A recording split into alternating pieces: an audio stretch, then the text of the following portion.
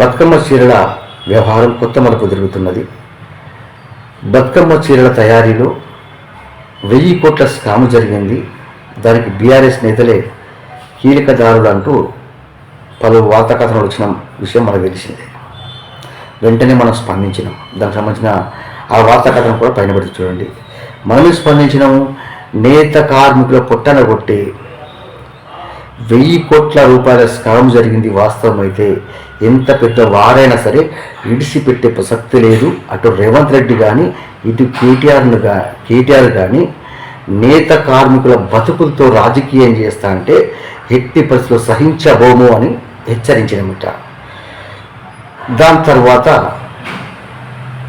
కొత్త మలుపు జరుగుతున్నది. వాళ్ళకి తెలుసు కదా, ఒక్కసారి మనం అడిగేసిన తర్వాత అది పూర్తి అయ్యేదాకా ఇడిచిపెట్టం, ఎంత దూరమైనా వెళ్తామని తెలుసు. అందుకే ఒక విధంగా అంటే మనల్ని డైరెక్ట్గా బెదిరించే దమ్ము ఎవరికి లేదు, కానీ పరోక్షంగా బెదిరింపు చర్యలు అని మనం అనుకోవచ్చు. నాకు ఒక వాట్సాప్ మెసేజ్ వచ్చింది. వాట్సాప్లో ఒక మెసేజ్ వచ్చేసింది. ఏమొచ్చింది అందులో? అది కూడా మళ్ళీ ఎవరు పంపించినట్టు? టెస్కో ఆ సంబంధిత శాఖ పంపించినట్టు, ఆ సంబంధిత అధికారి పంపించినట్టు ఒక వాట్సాప్ మెసేజ్ వచ్చింది నాకు. అది కూడా డిస్ప్లే మీద పెడుతున్నాను. అందులో ఏముంది? బతుకమ్మ చీరల వ్యవహారంలో 1000 కోట్ల రూపాయల స్కాము వాస్తవము కాదు, అందులో ఎలాంటి వాస్తవము లేదు. బతుకమ్మ చీరల వల్ల 100% నేత కార్మికులు న్యాయం జరిగింది, నేత కార్మికులు కడుపుండి తిన్నారు, కాళ్ళప్పుడు పన్నారనే విధంగా వచ్చింది. ఈ వచ్చిన దాంట్లో ఒక సంబంధిత శాఖ సంబంధిత అధికారి ఒక పత్రికా ప్రకటన రిలీజ్ చేసినప్పుడు దాని కింద ఆయన సంతకం ఉంటుంది. అది విషయం మర్చిపోయింది. మరి అది ఫేకా రియలా అంటే ఒక విధంగా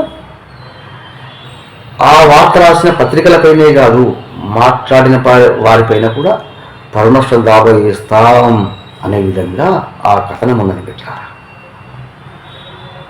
ఇప్పుడు పరునష్టం దావా వేయాలంటే మొట్టమొదటి వేయాల్సింది ముఖ్యమంత్రి రేవంత్ రెడ్డి మీద వేయాలి.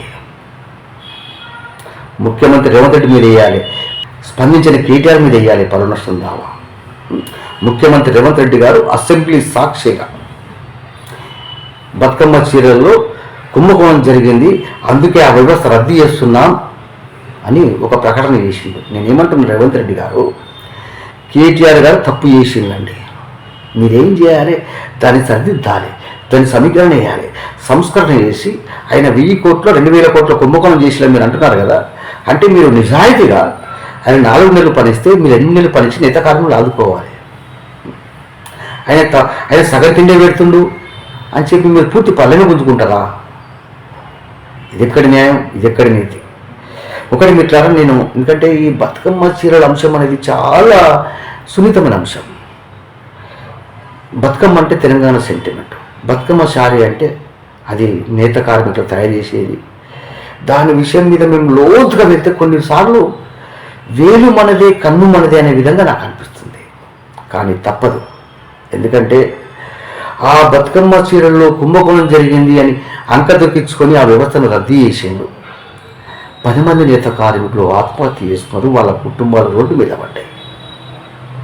ఇప్పుడు ఇట్లే ఊరుకుంటే రేపు పద్మశాలిని నేత కార్మికులు ఏం చేసి సరే ఎవరు పట్టించుకోరు అనే విధంగా ఉంటుంది. కాబట్టి ఖచ్చితంగా దీని విషయంలో అది వాస్తవమా అబద్ధమా ఏందనేది కూడా నేను తేల్చే ప్రయత్నం చేస్తాను. నేను ఖచ్చితంగా దీని విషయంలో నాకెవరి మీద వ్యక్తిగతంగా లేదు, కానీ ఇక్కడ నేత కార్మికులు చనిపోయిండ్రు.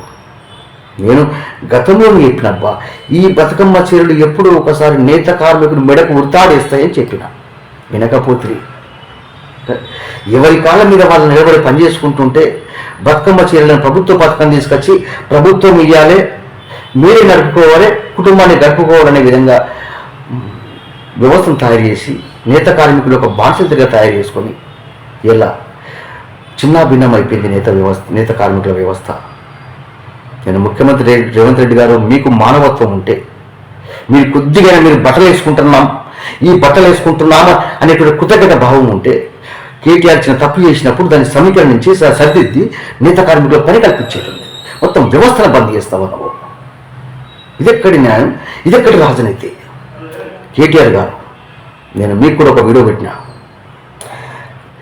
ఈ 1000 కోట్ల స్కామ్ జరిగింది, అది అబద్ధమా నిజమా మీరు వెంటనే స్పందించాలని చెప్పి మీకు వీడియో పెట్టినా, మీకు స్వయంగా పంపించిన, దాన్ని వాట్సాప్లో యూట్యూబ్లో రిలీజ్ చేసినా కూడా మీరు కూడా ఇప్పటికి స్పందించలేదు అంటే ఏంది ఇది?